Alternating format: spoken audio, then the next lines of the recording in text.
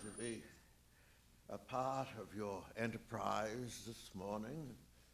I've been around a very long time, and I don't believe there has ever been a gathering quite like this, at least in my experience. So that makes it interesting and worthwhile, at least for me. Now, I've been called many things by many people in my career here, but I don't think I've ever been a keynoter before. And that has a certain bell-ringing quality to it. And I will do my best to shape the remarks that I have been asked to make so that you will have something to chew on, apparently. That's one of the things I meant to do, and that the conversation can proceed from here. I think one of the reasons that I was asked to do this is that I am the longest player standing. And that means I can make anything up. There's hardly anybody here who can contradict whatever it is I choose to say. Now, some of it will seem strange to you, but I hope you'll credit me with at least a perspective of my own experience. For I can't offer anybody else's experience, and I can't offer anybody else's views of this particular period. So what you get is me, for better or worse, and you get me until 10 o'clock, I'm told, and then I silently withdraw, and the real business of the day begins. When I think of the subject that you have chosen, the future for faith at Harvard, it reminds me that you are the future for faith at Harvard. I'm a mere commentator on episodes of the past. But if there is a future, you are it. And so really, I should sit and listen to what you have to say rather than tell you what I think I know and what I've experienced. But I'm not the organizer of this event. I do as I'm told. And one of the things I was told was to provide some perspective, to look back and to talk a little bit about how we may have got to where we are today. And since I fancy myself an historian, that is an agreeable task for me. And since I have been fascinated by religion at Harvard nearly all of my life, it is not an impossible task. I hope in the welter of detail and information and anecdote and gossip that I lay before you will be found something of some interest to some of you, and that it will be helpful in framing the conversations that will follow from this. I'm quite sincere, however, when I begin by saying, you are the future for faith at Harvard. And from where I stand, that is encouraging, that is stimulating, that is exciting. In fact, it suggests that there is a future. And there were times in my long and happy association here when I wondered if there was a future for faith at Harvard. Let me back up a little bit. I first came here as a student in the divinity school. I entered in the fall of 1965. And I remember some terrifying experiences in this very room. I still shiver, in a sense, when I enter end of a hall, and I get cold and clammy when I enter end of a Harvard library. So this should prove to you that I really was a student here. Those were demanding days. No one did anything that I can think of to ask about my spiritual health or my spiritual welfare. And in a way, it was made clear that that was not the subject of the divinity school, and it wasn't. And so there was no confusion in some respects on my part. I enjoyed my days at Harvard Divinity School. I was not a great student, but in many ways, I was a happy student. Why? Because they left me alone. They were interested in the quality of my work, and other than that, they didn't bother you. I rather enjoyed that. There was a chapel service every Wednesday in which a professor spoke. I can still remember some of those faculty sermons, not because they were homiletical gems, most of them were not, but because they represented a different aspect of our teachers. And I sat at their feet and was much taken by what they had to say. Then on Thursdays in my first years here, 65 to 68, there was a thing called the Spiritual Life Talk, where members of the faculty would, over lunch in the Brown Room, talk about their spiritual journey. And that was fascinating because it seemed so at odds with what they were now doing. And we listened to them, and we got little insights into their lives, and yet the whole thing held together by our shared experience in this school. And then, of course, for me, the most exciting part of the enterprise was sharing all aspects of life with my friends in Divinity Hall, where we had chapel every evening and imposed upon our friends our little sermons, our little exegesis, our spiritual questings. And some of my closest friends in the world were formed in those days in the evenings in Divinity Hall. I then graduated in 1968, at which point our baccalaureate preacher, James Luther Adams, looked at us all and he said, "I feel sorry for you." Well, we didn't quite know what he meant, but he went on to say that we were entering a profession in decline. Some of us might make it, some of us might not. Harvard might have been good for some of us. It might have been bad for others of us. He hoped for the best. God bless you. And that was baccalaureate 1968. I remember it well.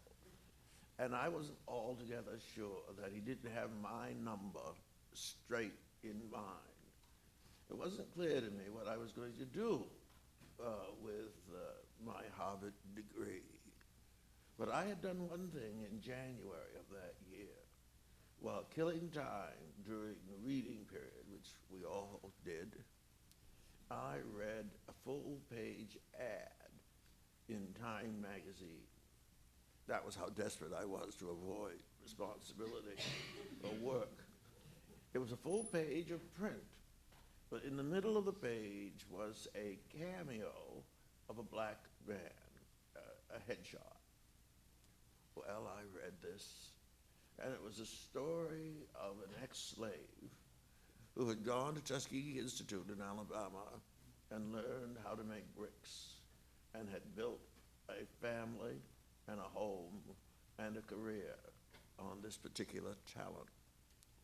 And the last sentence read, "If you would like to be a part of this man's story, write the president of Tuskegee Institute." Well, I thought, why not?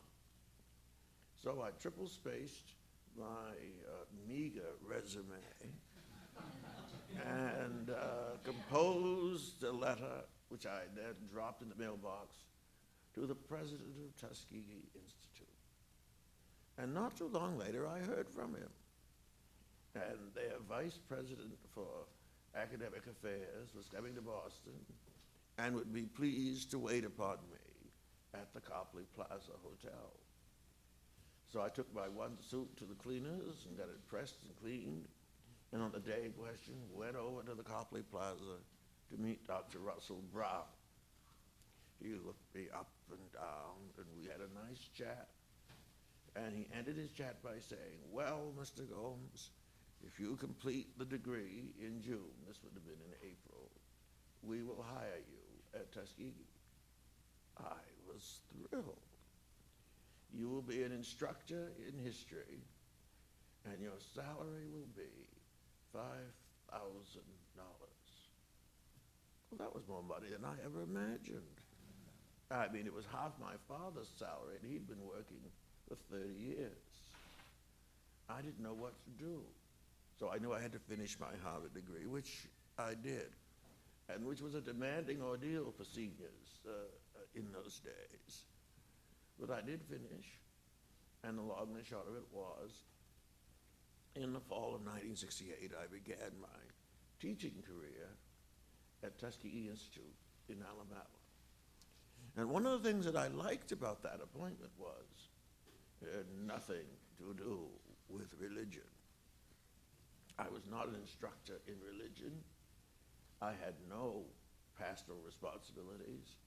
I was appointed in history, and I had to teach everything from Adam to the atom. And I enjoyed it. It was fun. It was very exciting. So that was how it began. And I enjoyed myself very much there, still not having settled the vocational question of the ministry and what I would do with what I considered seriously the demands and the implications of the Christian faith. But those questions had never departed from me. There were times when I would put them on hold. There were times when I thought I had settled the matter forever. And then there were times when I said, oh, my heavens, these questions are far beyond me, and I'm not going to waste any more time on them. All three of those responses sometimes were going on at the same time. But there at Tuskegee, I received a call from the then Plummer Professor of Christian Morals, a title I have always liked. Charles Price was the preacher to the university and Plummer Professor, and he telephoned me and he said, Mr. Pusey has given me permission to hire a second man in Memorial Church, and I want that second man to be you. Well, I wasn't quite sure what that meant, because in 3 years at Harvard, except for the Divinity School convocation, I had never set foot in the Memorial Church. I had a clue what they did over there. And so when Charles invited me to come as his assistant, it was a great mystery. So I came up for an interview, and we chatted away and so on. My mother had an infinite confidence in anything to do with Harvard and played an undue role in my agreeing to come. I came as his assistant, but the way he described things, I couldn't figure out why he needed one. People weren't going to church. It was a tough, difficult time all around. And I imagined myself being offered up as live meat fodder for undergraduate atheists in the yard. And why would I put myself to that test, to that endurance? But as many of you decided not so long ago, Harvard is Harvard. And I said, well, I'll give it a try and see what it's about. And so I entered the Memorial Church in the fall of 1970 and all the other things that went with it. So you see, I've been around a long time, and I've come to see many, many different things. Now that's enough of background about me. I want to open with a favorite hypothesis of mine. See what you think of it. Whenever I go around the country on Harvard Club expeditions and others, I'm always asked, what is the state of religion at Harvard? Why people care, I do not know. But they appear to, because they always want to know. And I have divided that answer into three parts, and see what you think of it. My experience has been that there are three cohorts in this religious enterprise here. There are those who do religion. There are those who study religion. And there are those who are curious about the other two. And I have spent my time here meandering in and around and about all three of these groups. Now, those who do religion are among the most interesting people around, and may include some of you.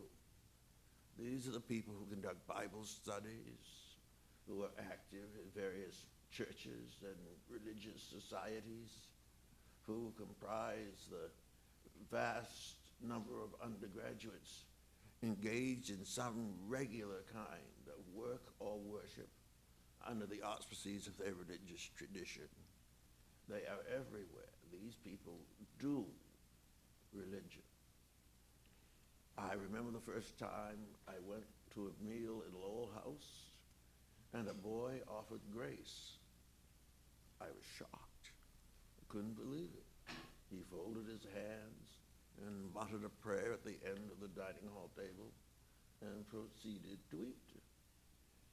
Another person sitting near him said, "What was that all about?" And he explained it. And that person said, "Oh, I guess we do that too." And there began a conversation about grace over food and whatnot. There are people who do this.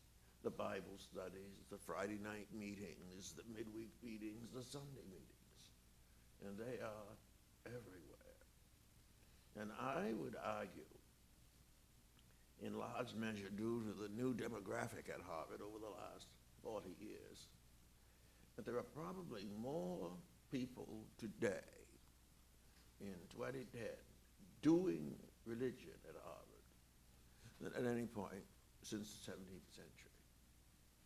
Now, they may be doing it very differently than the way it was done 100 years ago, or even 50 years ago.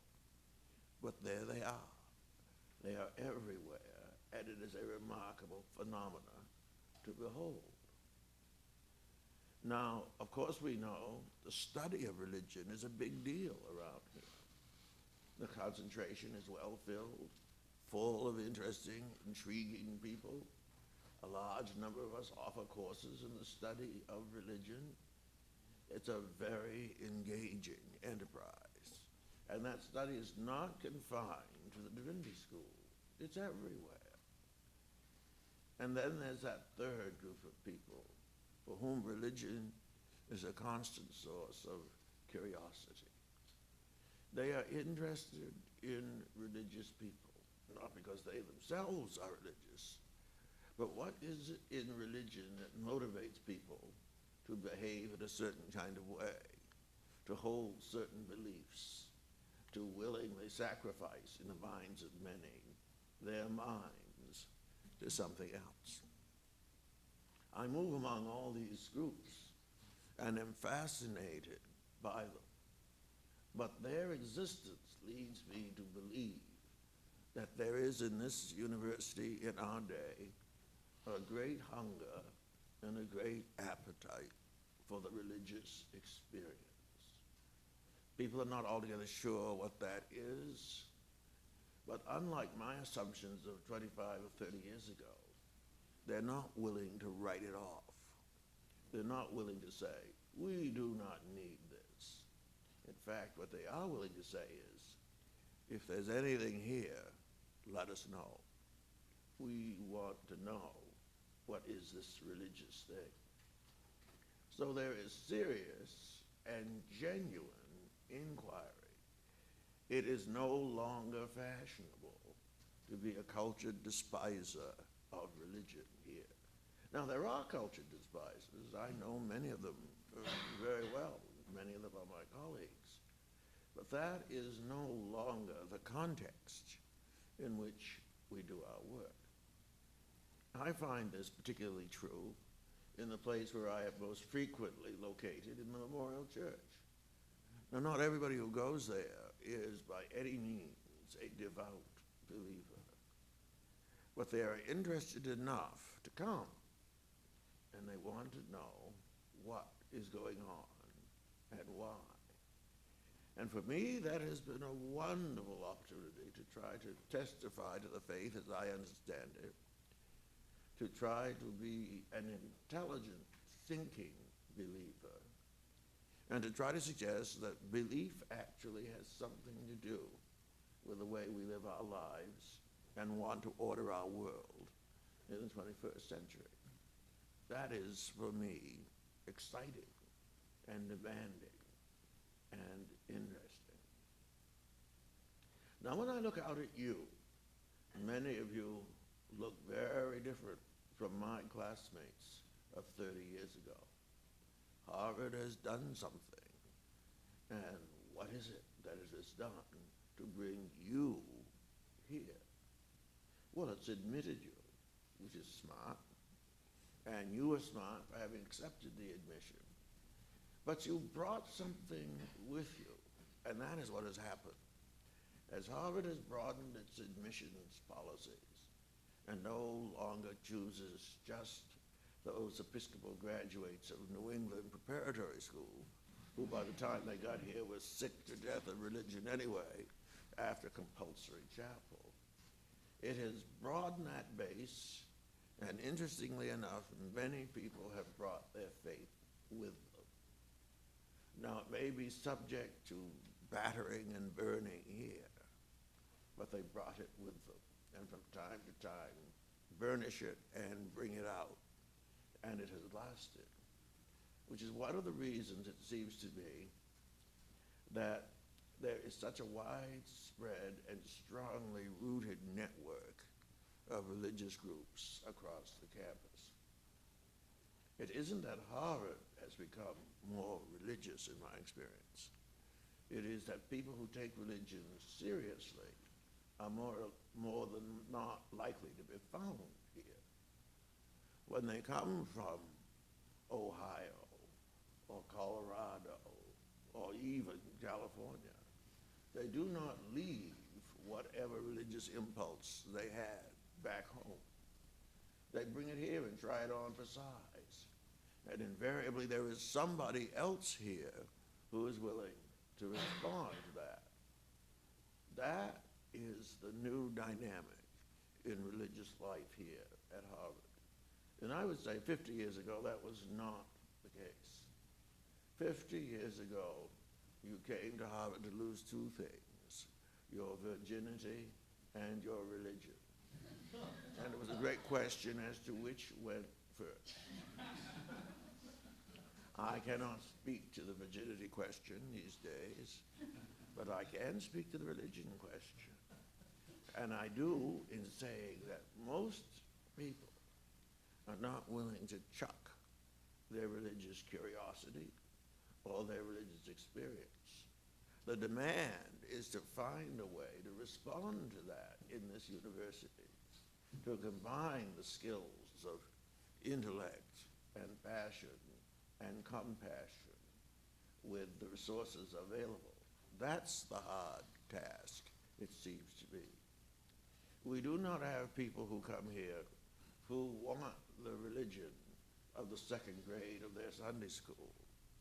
They're ready to ask deeper questions, and they expect better responses from those of us who work with them and for them. And that is very exciting. They keep us honest. They keep us on our toes.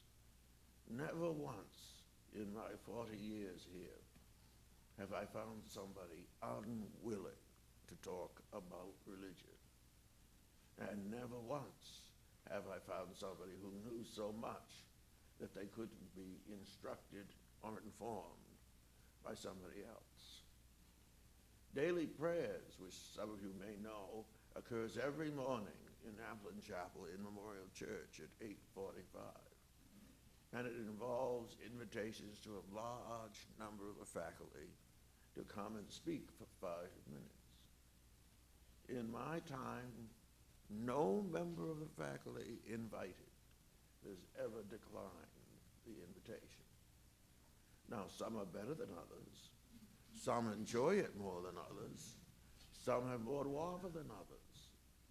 But they'll all come. And it's not that I think they have these great religious epiphanies, but they're curious at this habit, this custom, who's there, and what might they say under these circumstances. And so when I tell people about religion at Harvard, I tell them that I find it a creative, demanding, and instructive environment. It is by no means easy. It doesn't work at the snap of a finger. And those of us who testify to being people of faith have to work very hard here, because the very things that we value are the very things that others hold suspect. But that's part of the excitement. That is part of the creative joy it means to be a believer in a land of unbelief. I do not long to return to a day where everybody was a fervent believer, walking around praying morning, noon, and night. My reading of Harvard history is that in the days when that sort of thing happened, this was not an entirely agreeable place, and I would not have particularly enjoyed myself here. I think it's all right, more or less, the way it is. Now, that may be contrary to your expectations, but I think faith, in order to flourish, needs something of a coarse background against which it works. It doesn't get any coarser than this. This has taught me much. I suspect it teaches you even as I speak. And one of the things that has been the richest about it all is the ever-growing diversity. The diversity of the religious experience is a joy to behold here, because I can't just write off my fellow Protestants with their piety. I have to deal with everybody else and so many other manifestations of religious sensibility. That's exciting. That is demanding. And that puts the whole place, it seems to me, on edge and on guard. Therefore, this is a climate in which it is worth the struggle to carry on with a faith position out of which you come. And I suppose it could be said that if you can make it here, you can make it anywhere. And I won't go so far as to say that. But having survived as a person of faith in a community of this sort means that you have put your faith to a serious test, and it has survived. That is my testimony. I came to Harvard Divinity School because I wanted them to leave me alone. I wanted what little faith I had to grow on my terms. Harvard Divinity School didn't allow that in a funny sort of way. It forced me to deal with a great historic record and with an ever-increasingly diverse student body, and with faculty members who, to put it mildly, were eccentric. It was an exciting time to be a student here. And I may be one of the few people who could say that my faith was strengthened by my experience in the Harvard Divinity School, that I came out of this school a stronger Christian than I entered it. And I shall always be grateful to it for that. It does not mean I am uncritical of the Harvard Divinity School. Anybody who knows me well knows that I criticize it regularly and frequently. But I don't criticize it for having undone my faith. it did exactly the opposite.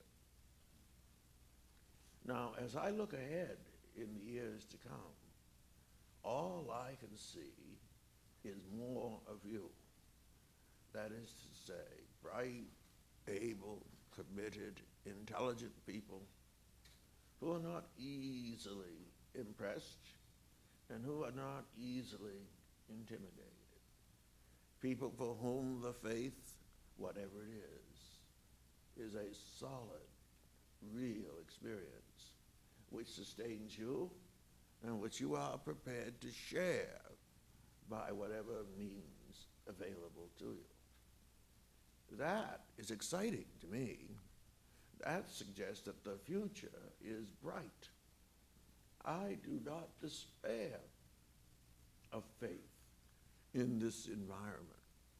In fact, I think this environment stimulates and provokes faith and arms the faithful to be as faithful as they possibly can be.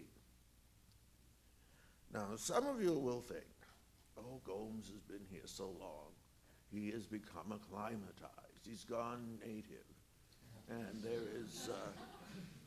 there is no edge any longer to the enterprise. That is not so. I have not gone native.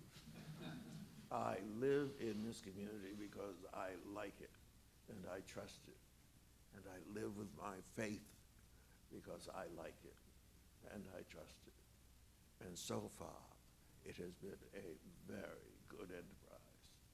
The future is bright with promise because you're in it. And my word to you is, don't give up.